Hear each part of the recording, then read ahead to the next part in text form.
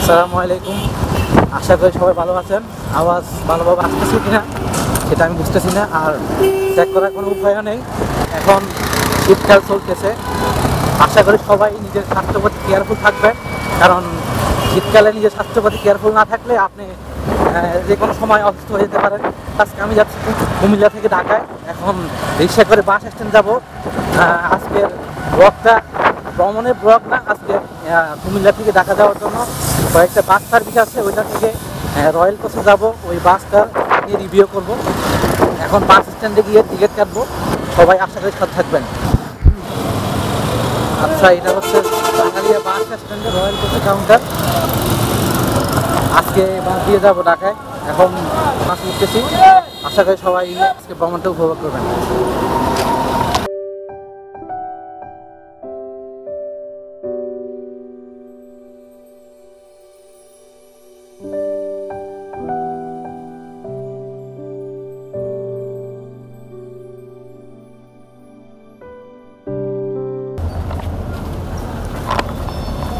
বাসের ভিডিও দেখতেছেন, অনেক পরিষ্কার, অনেক সুন্দর। কিছুদিন আগে এই বাস সার্ভিস চালু হয়েছে।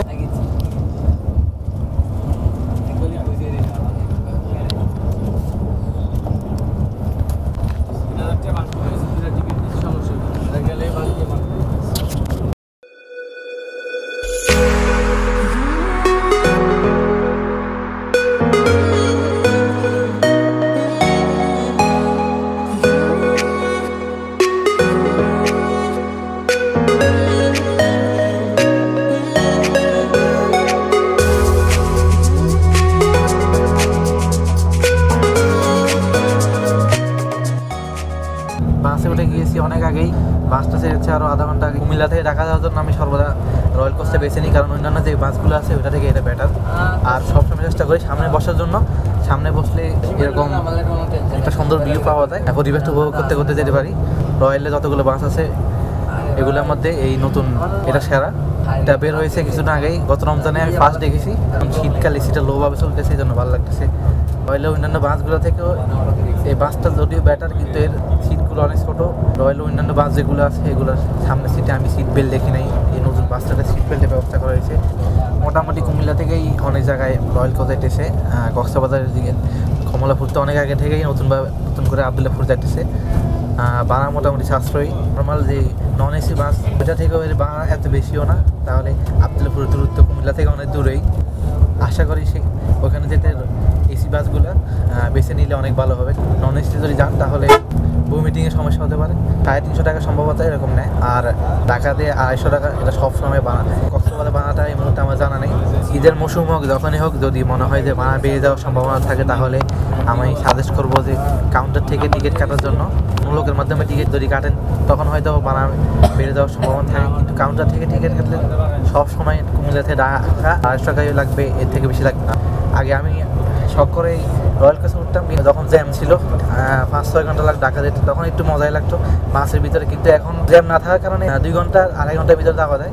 যদি কোনো কাজ থাকে, জরুরি কাজ, এটাই উপকারী। কিন্তু যদি উপভোগ করে যেতে চান তাহলে জ্যামটা আমার মনে করি থাকলেই ভালো হতো। এখন থেকে এভাবে নিয়মিত ভিডিও বানাবো, শুধু কুমিল্লা থেকে ঢাকাই না, যেখানে যাই, ঢাকা থেকে কক্সবাজার হোক, কুমিল্লা থেকে কক্সবাজার হোক, ট্রেন হোক অথবা বাসে, আমি যেটাতে যাই ওটা নিয়ে রিভিউ করবো।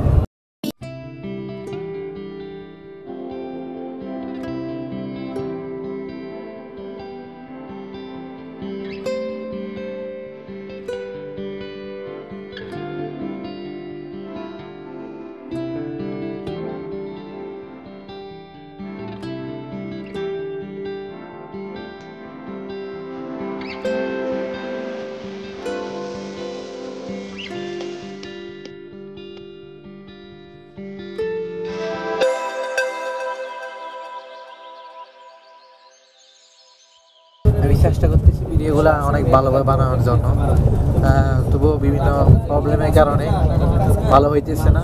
তবুও আমার চেষ্টা থাকবে আরও ভালোভাবে ভিডিও বানানোর জন্য। কমেন্ট করবেন কেমন হইতেছে, কেমন ভিডিও বানানো দরকার, সেগুলো আমাকে সাজেস্ট করবেন কমেন্টে। সবসময় আমার সাথে থাকবেন, তাহলে আমি ভালো ভিডিও বানাতে পারবো। কোনো গ্যারামি নেই। আজকে ভ্রমণ, আজকের ভিডিও এখানে শেষ। মোটামুটি 2.5 ঘন্টার মতো লেগেছে ঢাকা আসতে। মাঝখানে জ্যাম ছিল একটু, কাজপুর ব্রিজে রাস্তায় কাজ চলতেছে, এই জন্য একটু সময় বেশি লেগেছে। তাই হোক, ভ্রমণটা আজকে ভালোই হয়েছে আলহামদুলিল্লাহ। আর পরিবেশটা অনেক সুন্দর ছিল। শীতকাল হওয়াতেই আবহাওয়াটা অনেক সুন্দর, শীতকালটা স্বাভাবিকভাবে একটু উপভোগ্য। সর্বশেষ সকলকে বলবো যে যদি কুমিল্লা থেকে ঢাকা যান, ঢাকা থেকে কুমিল্লা আসেন, অবশ্যই রয়্যাল কোচ বাসেই আসবেন, এটাই সাজেস্ট করতেছি আমি, কারণ অন্যান্য বাসগুলো থেকে এটা বেটার।